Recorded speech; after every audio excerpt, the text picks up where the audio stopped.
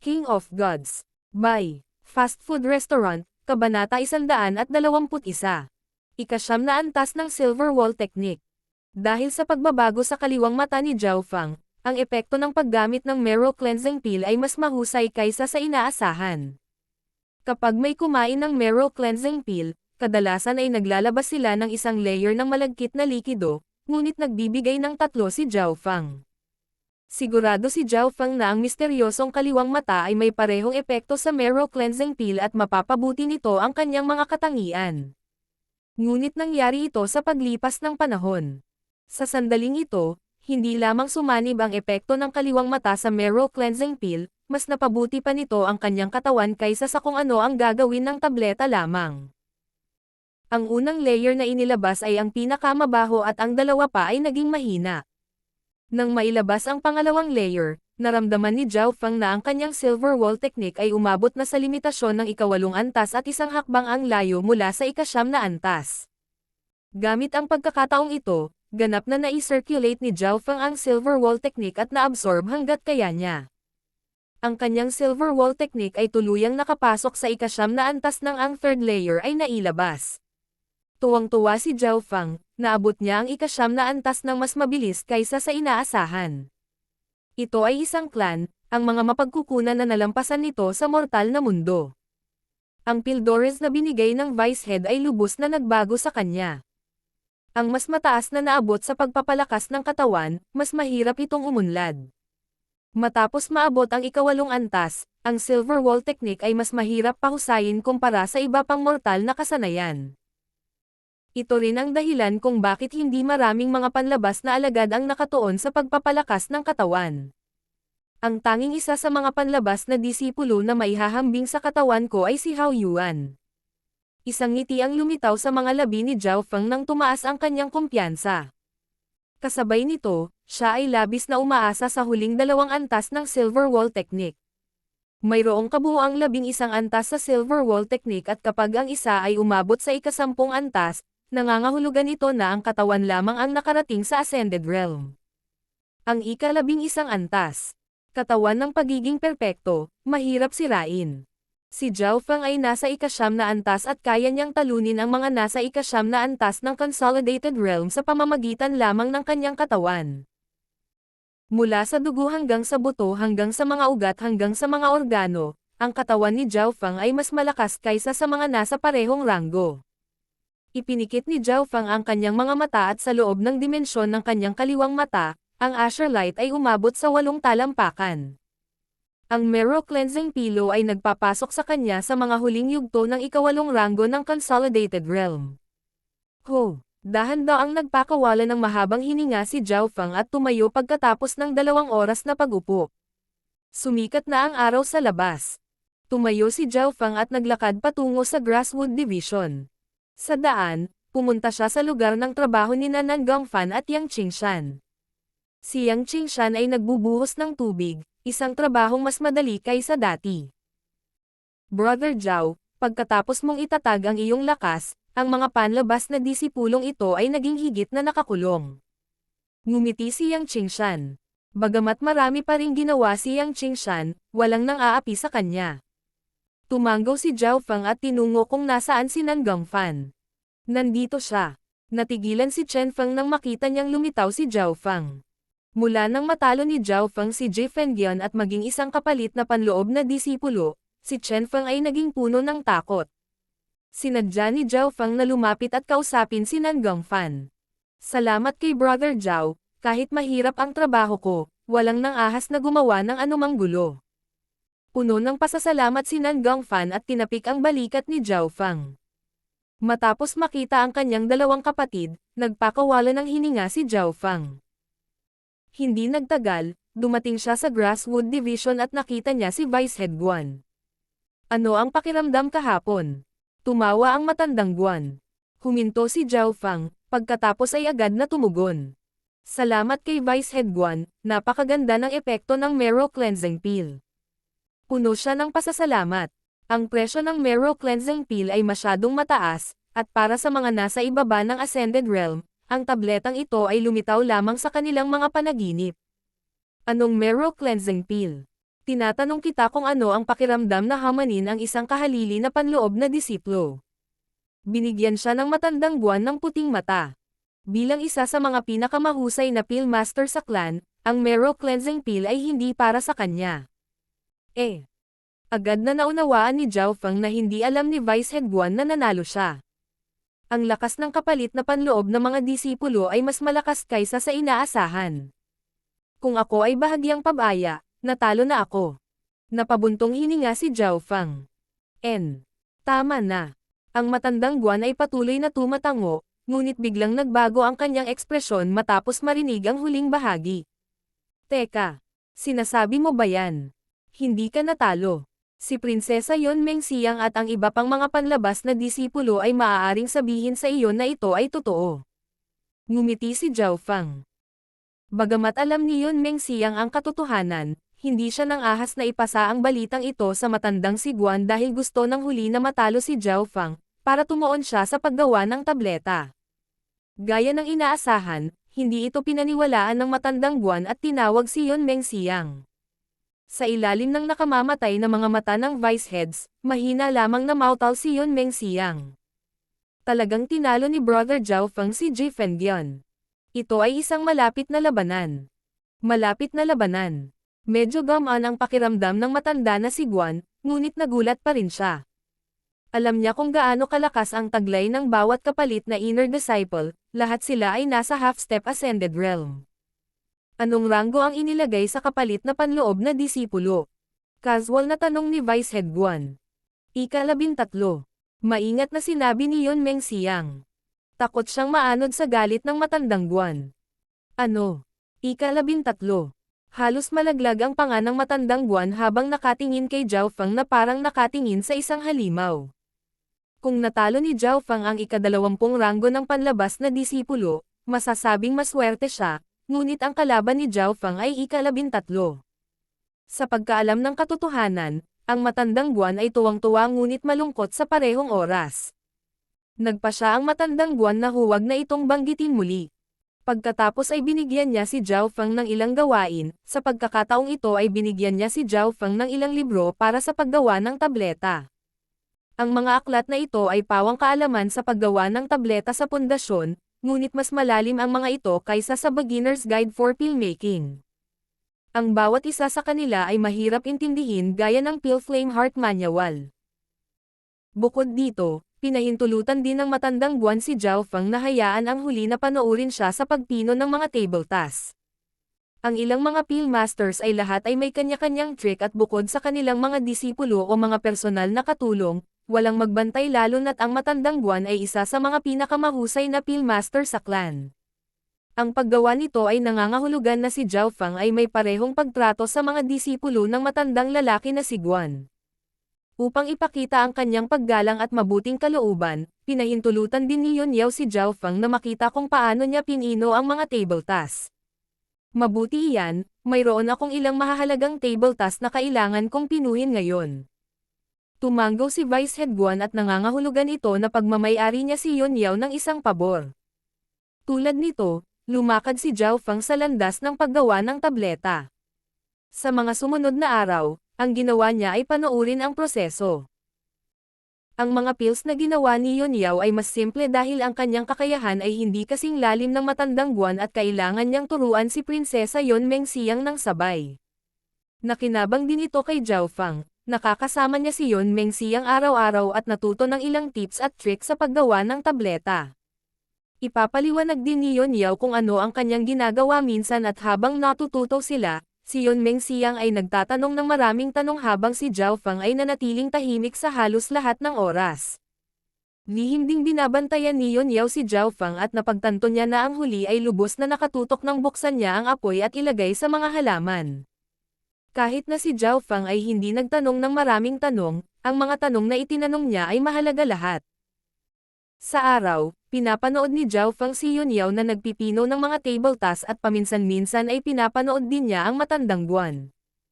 Ang pamamaraan ng huli ay mas komplikado at ito ay isang malabo sa mga mata ng mga manunood.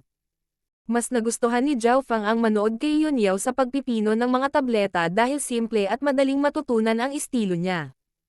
Siyempre para sa kanya iyon. Habang natututo si Zhao Feng sa paggawa ng tableta sa araw, siya maglilinang naman sa gabi. Pagkatapos manatili sa pale refining room ng napakatagal, makakakuha pa siya ng isa o dalawang low-class na spiritual pill kung siya ay mapalad at ito ay lubhang kapakipakinabang para sa mga nasa Consolidated Realm. Pagkalipas ng 4 hanggang 5 araw, sinimulan ni Yun Yao na subukan kung paano umuunlad sina Yun Mengxiang at Zhao Feng. Sinasagot ni Yun Mengxiang ang karamihan sa mga tanong, habang masasagot ni Zhao Feng ang lahat. Napabantong hininga si Yun Yao sa loob ng kanyang puso at kailangan niyang aminin na si Zhao Feng ay may mas mataas na talento kaysa kay Yun Mengxiang sa mga tuntunin ng paggawa ng tableta. Habang nagsimulang mag-aral ng tableta si Yun Mengxiang na medyo mas mahaba kaysa kay Zhao Feng, hindi siya kasing husay ni Zhao Feng. Siyempre, hindi ibig sabihin nito na masama ang kanyang talento. Sa totoo lang, ang talento ni Yun Mengxiang sa paggawa ng tableta ay mas mataas kaysa sa nakita ng karamihan sa mga pill master na si Yun Yao at siya ay napakasipag sa pagtatrabaho.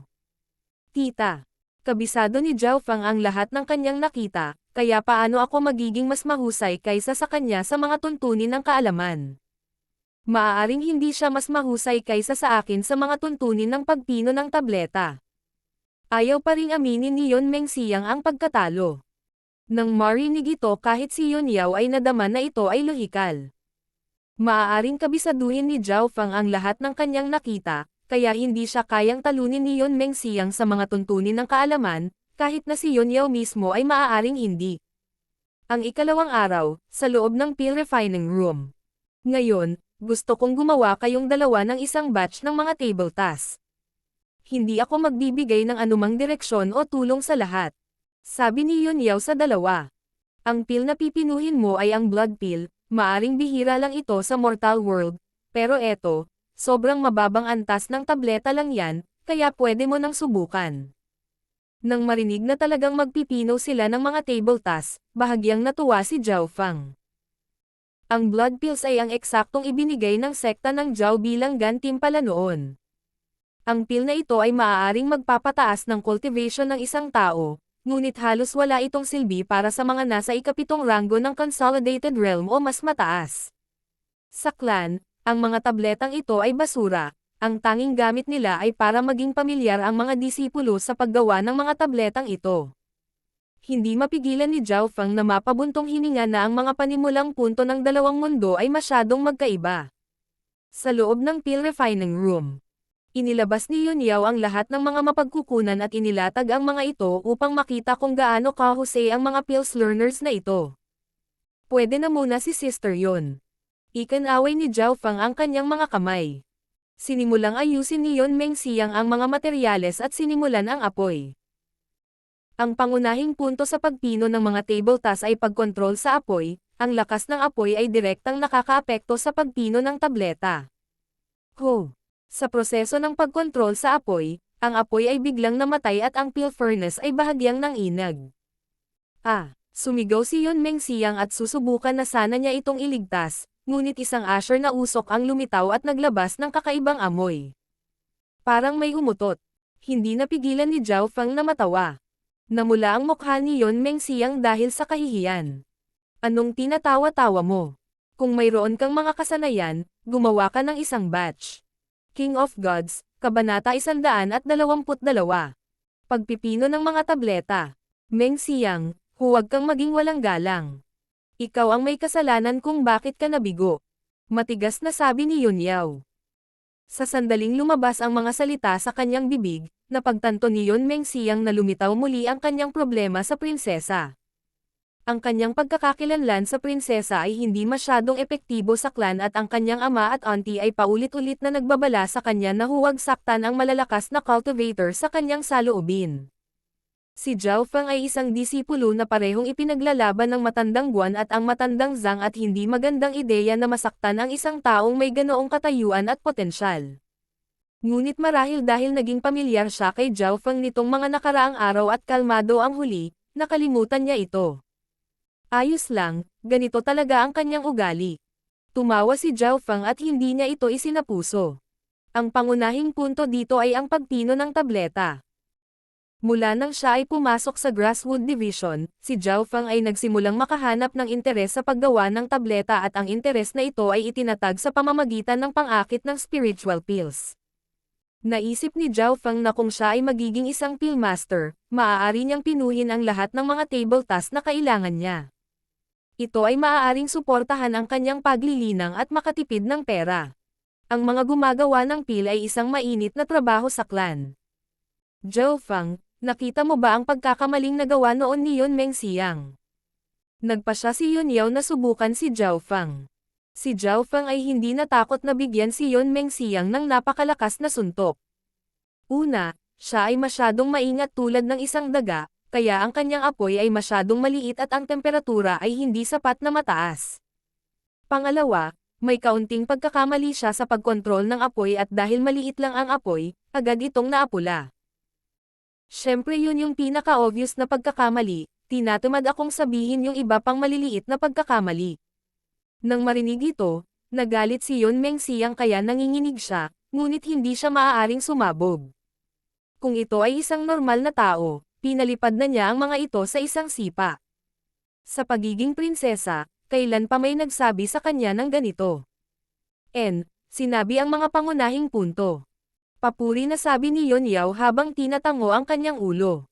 Kaya lang pigilan ni Yun Mengxiang ang kanyang galit. Isang liwanag ang kumislap sa kanyang mga mata habang siya ay nakangiti at sinabing. Si Mengxiang ay masyadong pipi ang kamay, maaari ba akong turuan ni Pillmaster Zhao? Hindi ako Pillmaster. Tumalon ang puso ni Zhao Feng, kitang-kita na pinuri siya ni Yun Mengxiang para mas malaki ang pagkahulog. Ang sinumang nag-aaral ng tableta ay malamang na hindi magtagumpay sa kanilang unang pagsubok. Matapos mabaigaw si Yun Mengxiang, si Zhao Feng na. Sa loob ng kanyang isipan, lumitaw ang proseso ng paglikha ni Yun Yao ng tableta ng dugo. Sa nakalipas na ilang araw, sinubukan ni Zhao Feng na buksan ang apoy, kontrolin ang apoy at idagdag ang mga materyales, ngunit lahat ito ay pagsubok. Mas mahirap pagsamahin ang lahat ng mga hakbang at kumpletuhin ito sa isang hininga. Ang pagkontrol sa apoy ay ang pinakamahalaga at ang pinakamaliit na pagkakamali ay maaaring makayanan ang resulta. Ang unang hakbang, paglalagay ng mga materyales.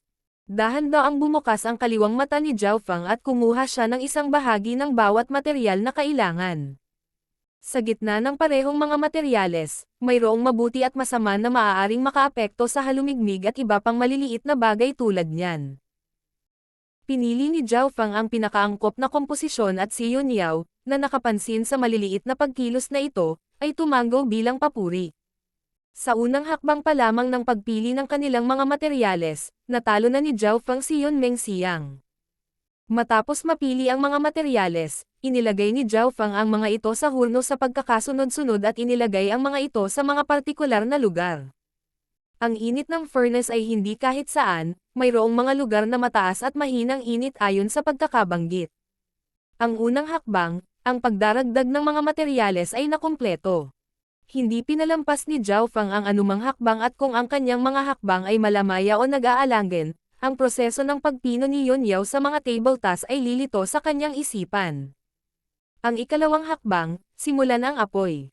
Ang pagsisimula ng apoy ay tila simple, ngunit may proseso ito. Ang laki at temperatura ng apoy na ito ay hindi maaaring magkaroon ng anumang pagkakamali, ngunit ang isang mababang uri ng tableta tulad ng tableta ng dugo ay hindi nangangailangan ng isang partikular na apoy. Sinindihan ni Zhao Feng ang isang piraso ng karbon at lumitaw ang isang maliit na pulang apoy. Sumunod ay ang pinakamahalagang hakbang, ang pagkontrol sa apoy. Nag-concentrate si Zhao Feng, binuksan niya ang kanyang kaliwang mata at ginamit ang kanyang panloob na lakas para direktang maapektuhan ang apoy. Kailangang maabot ng isa ang ikapitong ranggo ng Consolidated Realm para maging isang Pale Learner dahil noon lang nakaalis ang kanilang panloob na lakas sa kanilang katawan at naapektuhan ang apoy. Kahit noon pa man, ito ang pinakamasamang paraan ngunit kung ang isa ay hindi pa umabot sa ikapitong ranggo, paano nila ito gagawin? Ang kontrol ni Zhao Feng sa apoy ay napakalakas at ang maliit na apoy ay kumalat ng pantay-pantay sa furnace. Sa paglipas ng panahon, isang mahinang amoy na panggamot ang lumabas mula sa pugan. Paminsan-minsan ay nagdaragdag si Zhao Feng ng ilang uling upang mapanatili ang apoy at kahit na hindi siya pamilyar sa pagkontrol sa apoy, natural ito para sa kanya. Ito ay dahil tumpak ang kanyang kaliwang mata at nakontrol niya ng mabuti ang kanyang panloob na lakas. Sa loob ng buong 2 oras, basta-basta pa ring nakontrol ni Zhao Feng ang apoy. Dahil dito, bahagyang nagbago ang ekspresyon ni Yun Mengxiang. Hindi niya inaasahan na ang panloob na lakas ni Zhao Feng ay napakakapal at makapal. Kung siya iyon, naubos na ang lakas ng loob niya. Paggamit ng bawat bit ng kapangyarihan sa tiyak na paggamit nito. Naabot na niya ang karunungan sa pagkontrol sa apoy. Napabuntong hininga si Yao Yun, ang kanyang husay sa pagkontrol sa apoy ay maihahambing na sa ilang matatandang Pillmasters. Sa oras na ito, hindi maiwasan ni Yun Yao na humanga sa mata ng matandang buwan. Si Zhao Feng ay talagang isang kababalaghan sa paggawa ng tableta. Ang paggawa ng tableta ay humingi ng katumpakan, lalo na sa pagkontrol ng apoy. Pagkalipas ng 2 oras, ang panloob na lakas ni Zhao Feng ay unti-unting nawala at ang apoy ay namatay. Ang natitirang init mula sa furnace ay nagpalabas pa rin ng medicinal smell sa furnace. Inamoy ito ni Zhao Feng at nalaman niyang kabilang talaga ito sa tableta ng dugo. Ang amoy nito ngayon ay 10-10 beses na mas malakas kaysa dati dahil ito ay ginawa. Pagkaraan ng ilang sandali, tinapik ni Zhao Feng ang kanyang daliri sa hangin. Mula sa hurno ay tumalon ng 10-10 pulang tabletas ng dugo. Ito ang huling hakbang, pagbubukas ng pugan. Kinailangan ng isang tao kung kailan buksan ang pugan. Kung ito ay masyadong maaga, ang tableta ay maaaring hindi pa tumigas at kung ito ay huli na, ang sukat ng tableta ay maaaring masyadong malaki at pumutok. Sa ilalim ng sitwasyong iyon, ang tableta ay maaaring sumabog at sirain ang buong pill refining room. Shua! Ikinaway ni Zhao Feng ang kanyang robe at kinuha ang 10-10 pulang tabletas ng dugo gamit ang kanyang kamay. Hayaan akong makita ang rate ng tagumpay. Sabi ni Yun Yao habang nakangiti. Rate ng tagumpay. Tumigil si Zhao Feng. Ngunit hindi nagtagal ay naalala niya ang ibig sabihin nito. Kapag ginawa ang isang batch ng tableta, palaging may rate ng tagumpay. Halimbawa, sa 10 pildores, maaaring 5 pildores lang ang matagumpay na nalikha, ang iba ay maaaring maging trash pill o ungraded na table task. Ibinigay ni Zhao Feng ang lahat ng mga table task kay Yun Yao. Hindi naman pwedeng ungrade at walang kwentang pills ang lahat, di ba? Tumawa si Yun Mengxiang. Sa pagkakataong ito, nakita niyang seryoso at puno ng gulat ang mukha ng kanyang auntie. 13 tableta ng dugo, 1 perpektong tableta, 4 na mahusay, 6 na normal at ang 2 pang iba pa na bahagyang mas mababa sa pamantayan ng normal ngunit nasa normal na kategorya pa rin. Hindi mapigilan ni Yun Yao na huminga ng malamig. Kung hindi mahigpit ang mga kinakailangan, ito ay 100% rate ng tagumpay. 100%. Ang mukha ni Yun Mengxiang ay namutla sa takot na para bang siya ay natakot. Pagkatapos, siya at si Yun Yao ay tumingin kay Zhao Feng na may komplikadong emosyon. Ito ang iyong unang pagkakataon na magpino ng mga table task. Ang pagkagulat at pagtatanong ay hindi nawala sa mukha ni Yun Yao. Tama iyan. Bahagyang mahina ang puso ni Zhao Feng, hindi niya inaasahan na napakahusay ng kanyang katumpakan at kontrol. Pagkatapos ng kanyang kumpirmasyon, sina Yun Yao at Yun Mengxiang ay parang binugbog at nawala ang kanilang mga kaluluwa. Ang 13 tabletang ito ay nilikha mo, kaya mayroon ka ng mga ito. Ibinalik ni Yun Yao ang mga pills na nirefine ni Zhao Feng pabalik sa kanya. Tapos, pagkatapos ng lahat, wala pa siya noon. Si Zhao Feng ay pinaalis ng walang dahilan, naiwan lamang sina Yun Yao at Yun Mengxiang.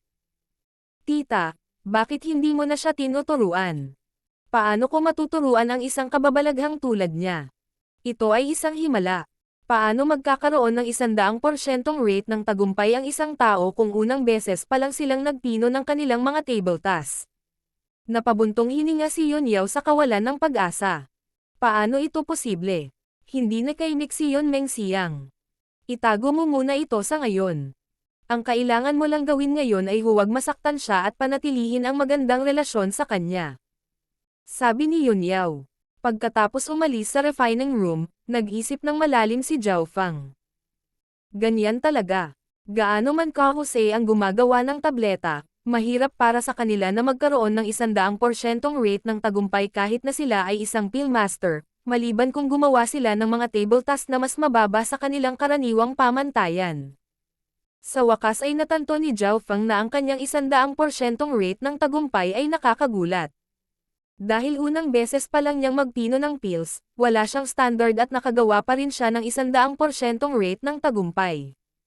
Sa mga sumunod na araw, mas relaxed at malaya si Zhao Feng, natapos na ang mga gawaing ibinigay sa kanya ng matandang buwan. Sa araw, paminsan-minsan ay nagbabasa siya ng ilang libro at sa gabi, naglilinang siya. Ang pangunahing pinagtutuunan niya ay silver wall technique pa rin. Ngunit pagkatapos maabot ang ika-9 na antas, bumagal ang kanyang pag-unlad. Hindi bababa sa ilang taon bago umabot sa ika-10 antas ang kanyang silver wall technique, ayon sa kanyang pagsusuri.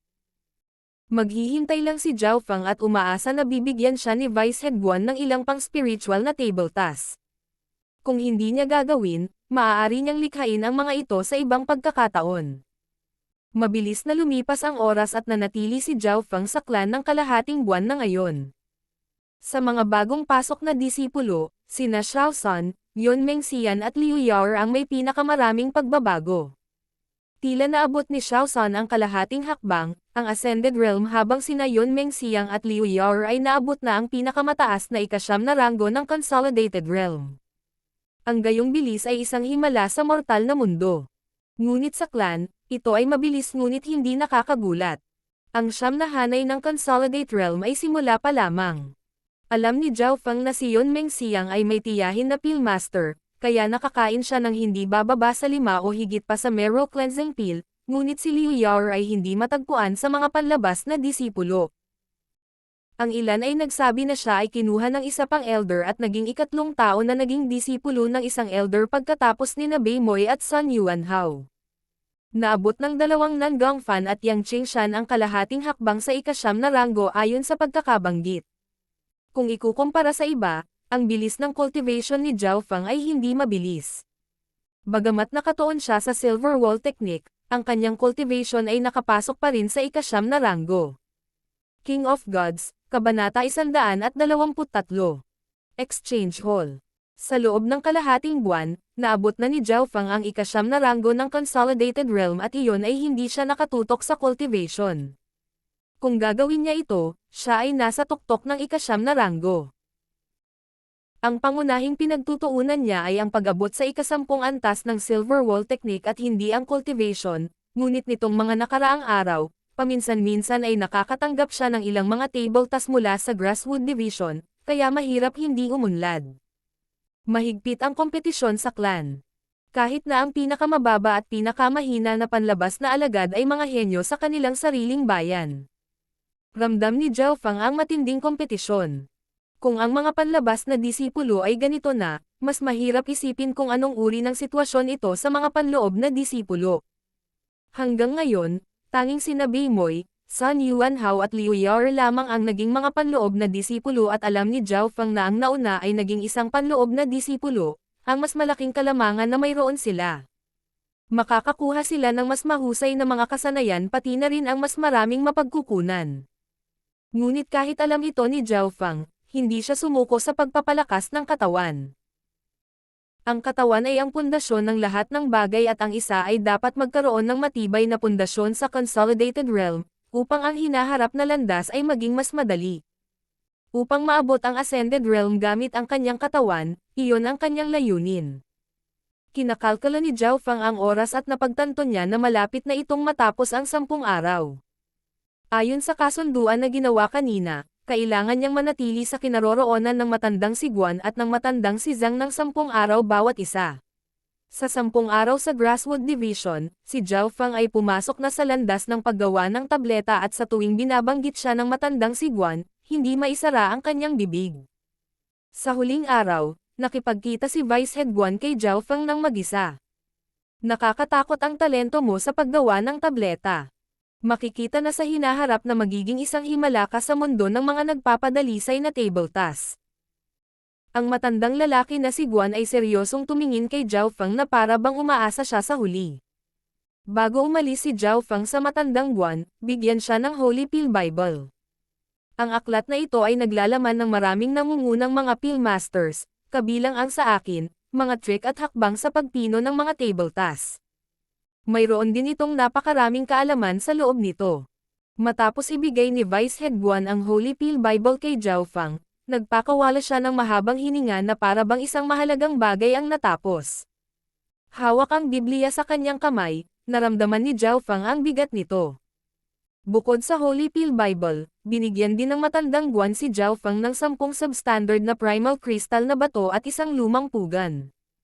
Ang hurno ay matagal nang ginamit ng matandang buwan at ito ay isang tanda ng alaala. Naipasa na ito kay Zhao Feng. Pagkatapos umalis sa Grasswood Division, nagkaroon ng kakaibang pakiramdam si Zhao Feng. Bakit walang binanggit ang matandang si Guan tungkol sa pagkuha sa akin bilang alagad? Baka gusto niyang makipag-ayos muna sa matandang si Zhang. Si Zhao Feng ay labis na nagtataka, ngunit hindi nagtagal ay inilagay niya ito sa likod ng kanyang isip. Pagbalik sa kanyang courtyard, inayos ni Zhao Feng ang mga mapagkukunan na mayroon siya. Napakayaman niya ngayon. Bukod sa furnace na binigay lang sa kanya ng matandang buwan, mayroon din siyang ilang pills at 10 substandard primal crystal stones. Ang mga primal na kristal na bato ay ang karaniwang pera. Ang pilak mula sa mortal na mundo ay walang halaga. Nakarinig si Zhao Feng ng mga chismis na nagsasabing ang 1,000,000 piraso ng pilak ay maaaring ipagpalit sa isang substandard na primal crystal na bato. Upang makita ang paggamit ng primal crystal na mga bato, nagpasya si Zhao Feng na pumunta sa exchange hall ng Broken Moon Clan. Ang exchange hall ay limitado lamang sa mga disipulo sa clan at hindi ito bukas sa publiko. Sa sandaling pumasok si Zhao Feng sa exchange hall, nakaramdam siya ng pagkabalisa. Ang mga figurang pumapasok at lumalabas sa bulwagan ay nasa Ascended Realm, may mga deacon at vice heads na naruroon. Ang aura na inilabas mula sa sinuman sa Ascended Realm ay nagparamdam kay Zhao Feng na hindi makahinga. Ang eksenang ito ang malinaw na napagtanto ni Zhao Feng na siya ay nasa ilalim lamang ng clan, kasing liit ng langgam. Maraming mga stall sa exchange hall at bawat stall ay lahat ay may sariling may-ari at sa mga mesa ay mga kasanayan, armas, tableta at iba pang bagay na hindi nakilala ni Zhao Feng. Tumingin si Zhao Feng sa paligid at nalaman niyang ang mga half-mortal na kasanayan ay ibinebenta para sa isang substandard na primal crystal na bato, ngunit hindi marami sa mga kasanayang ito. Kahit na mayroon sila ay bihira o espesyal. Mayroong mas malaking bilang ng mortal skills na ibinebenta at ang low-class mortal skills ay umabot sa 10 hanggang 20 bato, habang ang middle-class mortal skills ay napunta sa kahit ilang daang substandard na primal crystal na mga bato, daan-daang beses na mas mahal kaysa sa low-class na mga kasanayan. Walang magawa si Zhao Feng at nalaman niyang ang kanyang Marrow Cleansing Pill ay nagkakahalaga lamang ng 5 substandard primal crystal stones. Ang mga spiritual pills ay mahal sa exchange hall dahil ang cultivation ang pangunahing salik sa clan, kung kaya't ang spiritual na pills na tumulong sa pagtaas ng cultivation ay mahigpit na pinaglabanan. Ang isang panlabas na disipulo tulad ni Zhao Feng ay hindi binigyan ng pansin sa exchange hall. Kahit maglakad siya papunta sa isang stall, hindi siya abalahin ng may-ari na kausapin siya. Hindi nakakagulat na ang mga gumagawa ng tableta ay may mataas na posisyon sa clan. Naisip niya sa kanyang puso. Dahan-dahan at tuloy-tuloy, isang ideya ang lumitaw sa isip ni Zhao Feng kung paano siya kikita ng malaking pera.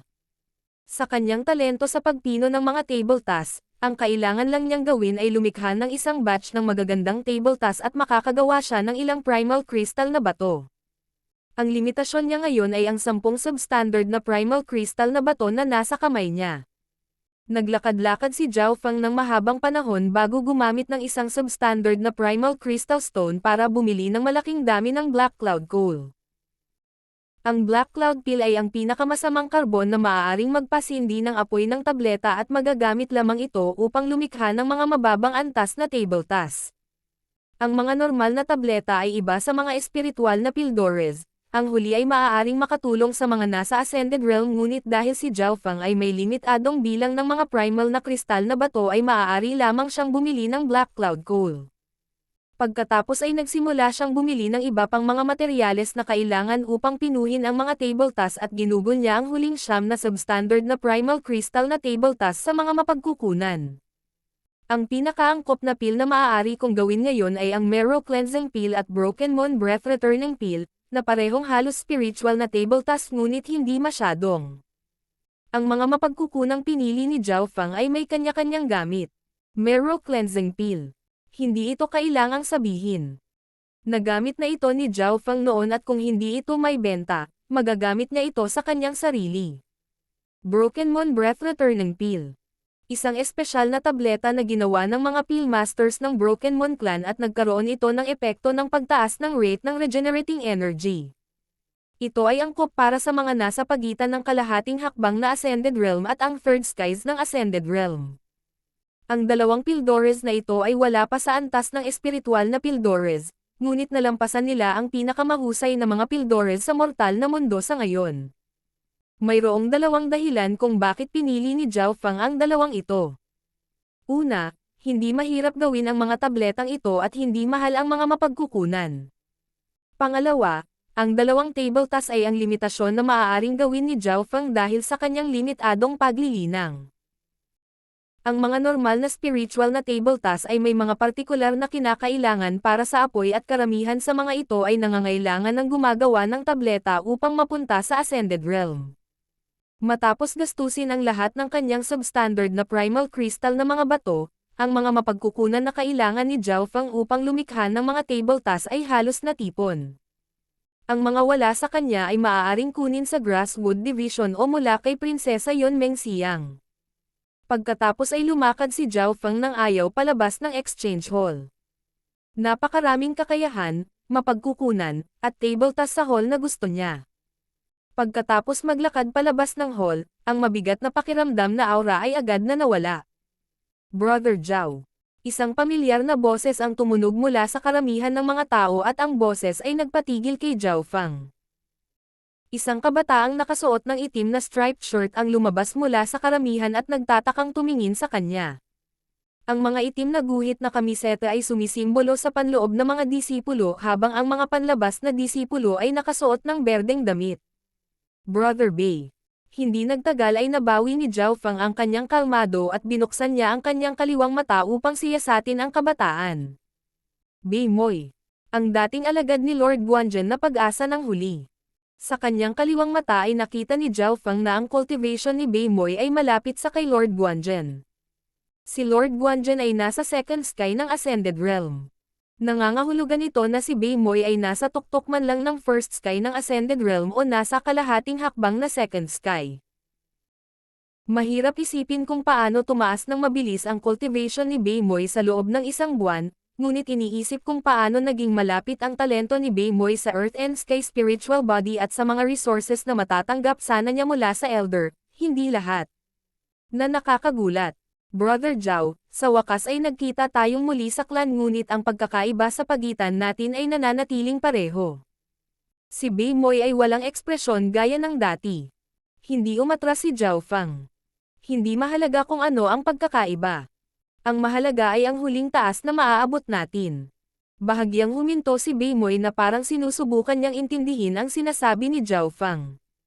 Pagkatapos ay gumawa siya ng isang mapanuksong tawa, marahil ito ay masyadong nakakatawa na pag-usapan ang tungkol sa hinaharap na may kalahating espiritual na katawan.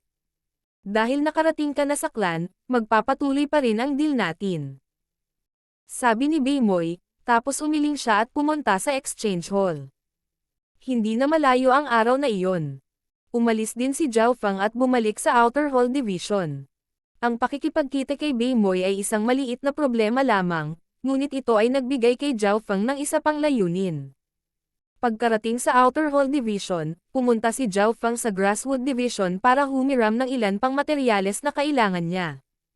Sa wakas, nakolekta ang lahat ng kailangan para sa Marrow Cleansing Peel at Broken Moon Breath Returning Peel.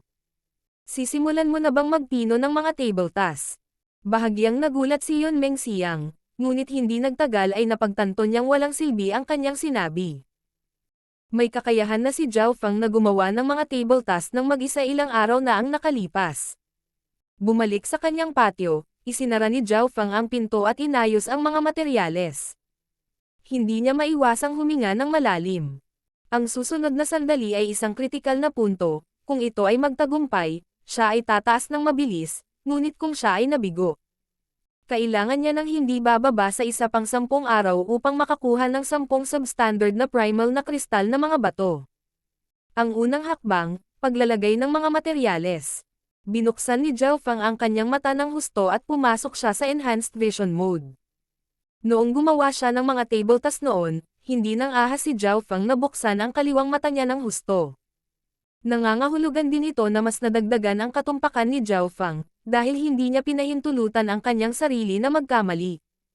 Ang paglalagay ng mga materyales sa hakbang ay nagtagumpay sa lalong madaling panahon. Sumunod ay ang ikalawang hakbang, ang pagsindi ng apoy. Ilang beses na niyang ginawa ang hakbang na ito at perpekto na naman.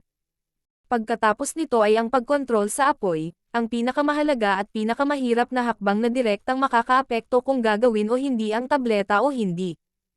Hindi pa niya napino ang Marrow Cleansing Peel o ang Broken Moon Breath Returning Peel noon, lahat ng kaalaman na alam niya tungkol dito ay nasa isip niya. Lumiwanag ang apoy at dahan-daang lumaki. Ang hurno pagkatapos ay nagbigay ng mahinang ugong at sa ilalim ng liwanag ng hurno, lumitaw ang larawan ng isang sinaunang hayop. King of Gods, Kabanata 124. Pinakamataas na antas. Nagtagumpay ang pagsindi ng apoy. Pagpasok sa pagkontrol sa yugto ng apoy. Sa sandaling ito, si Zhao Feng ay labis na kinakabahan at nasa sabik. Pero dahil sa kaliwang mata niya, mabilis siyang kumalma. Ang kaliwang mata ay nagbigay sa kanya ng katumpakan at kontrol.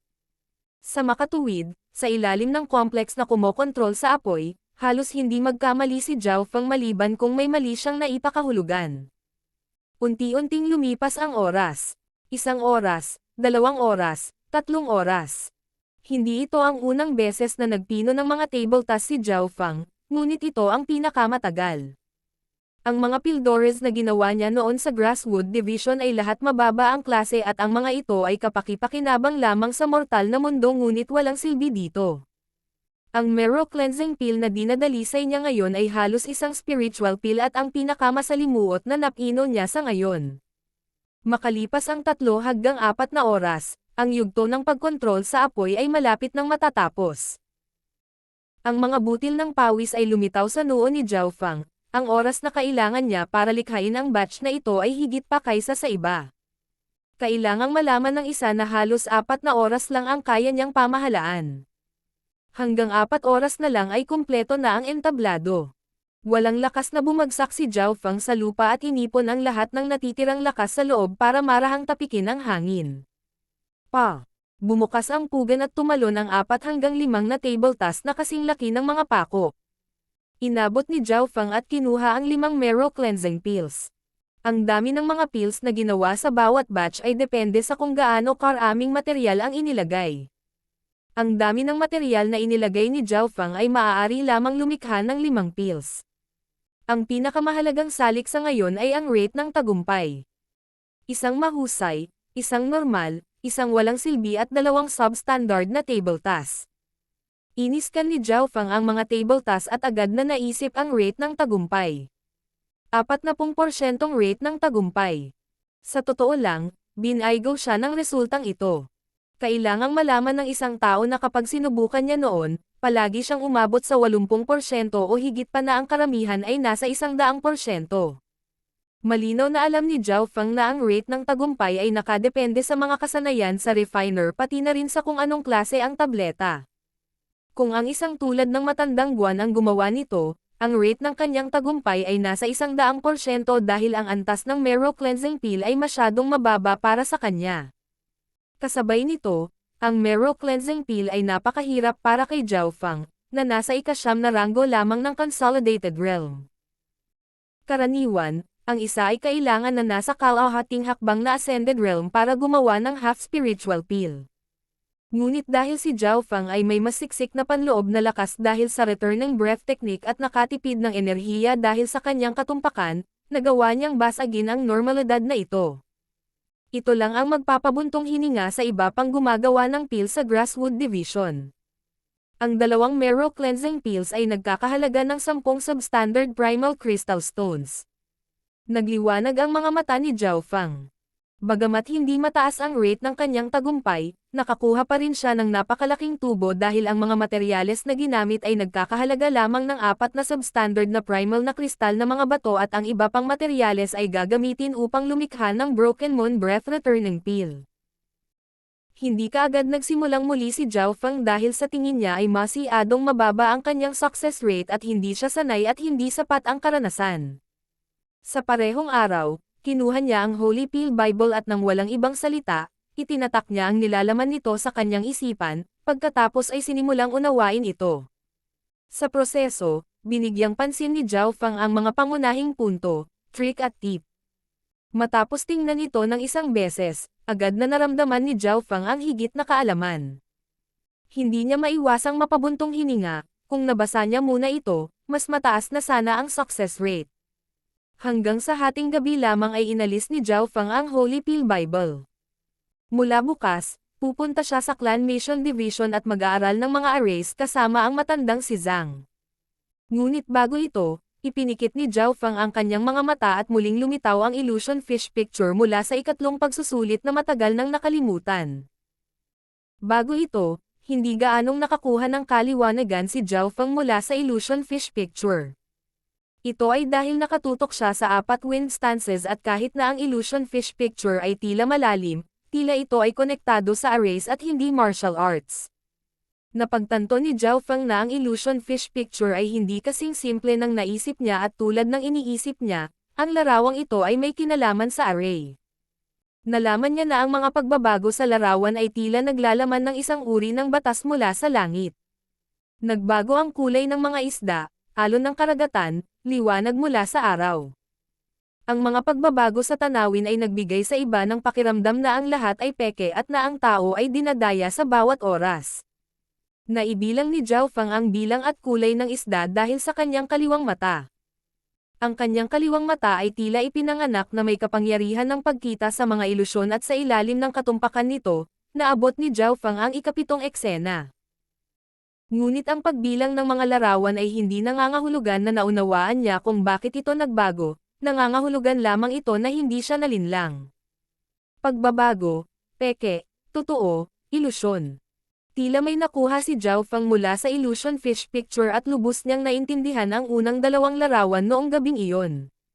Napagtanto niya na ang kaliwanagan mula sa illusion fish picture ay maaaring gamitin sa martial arts at ito ay magiging sanhi ng kanyang mga kilos na puno ng pagbabago, na magpaparamdam sa kalaban na parang lahat ng kanyang mga galaw ay ilusyon.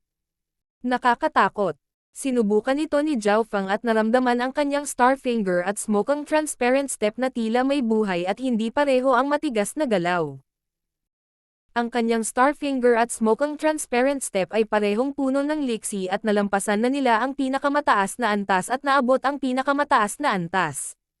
Nangangahulugan ang pinakamataas na antas na ang kasanayan ay nagsimulang lumampas sa orihinal na istruktura kung paano binalak ang kasanayan at naging isang bagong kasanayan.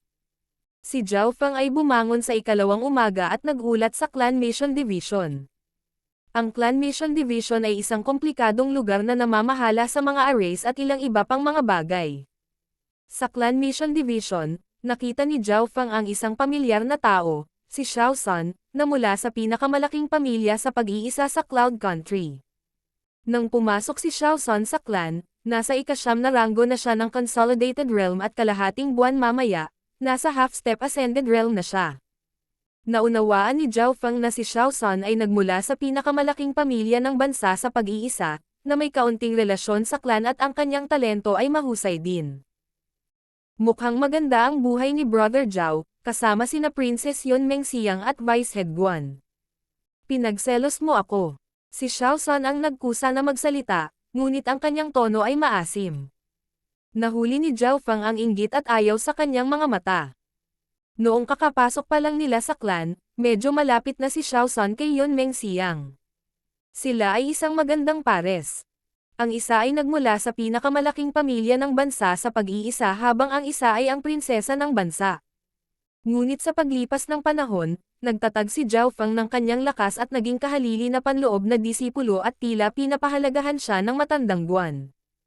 Bukod doon, nagsimulang lumapit sa kanya si Yon Mengxiang at nalampasan ng pagiging malapit ng dalawa ang relasyon ni na Yon Mengxiang at Xiao San.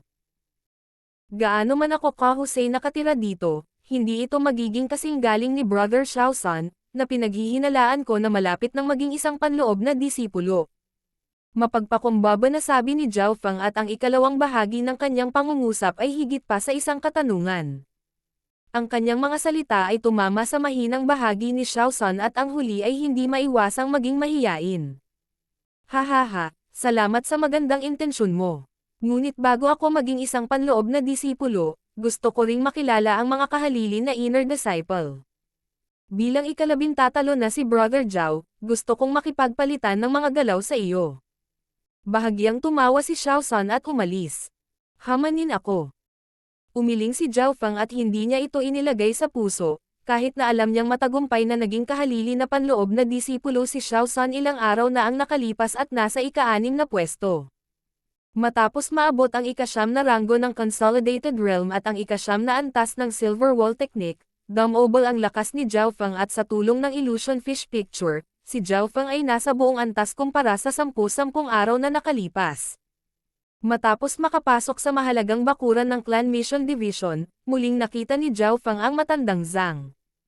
Binati ng batang si Zhao Feng si Vice Head. Si Zhao Feng ay hindi nang ahas na maging magalang. Parehong may awtoridad na mas mataas sa kanya ang matandang si Guan at ang matandang si Zhang. Nakasuot ng puti si Vice Head Zhang habang nakangiti kay Zhao Feng. May mga ilang libro dito. Beginner's Array, The 49 Arrays for Beginners, 12 Ways of Constructing Arrays. Ikanaway ng matandang lalaki na si Zhang ang kanyang mga kamay at lumitaw ang 7 hanggang 8 libro sa harap ni Zhao Feng. Nang matanggap ng huli ang mga aklat na ito, ngumiti ang matandang si Zhang. Maaari mong kabisaduhin ang mga ito ngayon din. Tumigil si Zhao Feng, ngayon din.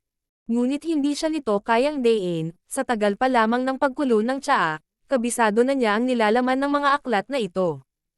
Ang pag-alala sa anumang nakikita mo, hindi nakakagulat. Hindi nagulat ang matandang Zhang. Paano niya nalaman na kabisado ko lahat ng nakikita ko? Hindi kaya sinabi sa kanya ng matandang Guan. Sa ilalim ng mausisa ng mga mata ni Zhao Feng, tumawa ang matandang Zhang. Nalaman ko na maaari mong kabisaduhin ang lahat ng nakikita mo noong una tayong nagkita. Ang mga pagbabago sa Illusion Fish Picture ay lubhang komplikado at kapag ang mga isda na may iba't ibang kulay ay gumalaw, ang isang tao ay dapat magkaroon ng mahusay na memorya kung hindi ay hindi nila masabi ang tamang sagot. Nang marinig ito, hindi napigilan ni Zhao Feng na mapabuntong hininga sa paghanga. Wala namang kakaiba dyan, hindi lang ikaw ang nakakapagkabisa ng lahat ng nakikita mo. Sabi ni Vice Head Zhang. Baka ikaw din. Bahagyang huminto si Zhao Feng at labis siyang nagulat. Tama, pinanganak ako na may ganitong talento. Kapag nagbabasa, kailangan ko lang tingnan ang mga nilalaman ng 2 beses o 3 beses upang kabisaduhin ang lahat. Pero kung ikukumpara sa talento mo, napakalayo nito. Ang matandang si Zhang ay mahiyain noong una, ngunit nagsimula siyang umiling ng masakit sa bandang huli. Mayroong maraming mga henyo na maaaring kabisaduhin ang lahat ng kanilang nakita, ngunit wala sa kanila ang may kukumpara kay Zhao Feng. Sa parehong araw, sinabi lamang ni Vice Head Zhang kay Zhao Feng ang pangunahing teorya at direksyon ng mga array. Naisip ni Zhao Feng na ang mga array ay mas komplikado kaysa sa pagpino ng mga tableta. Bago siya umalis, ngumiti ang matandang Zhang. Kung naiintindihan mo ang lahat ng 7 aklat na ibinigay ko sa iyo, hahayaan kitang gamitin ang Energy Gathering Array sa 1000 Leaf Pond. Ito ay may mahusay na epekto para sa pagpapalakas ng katawan.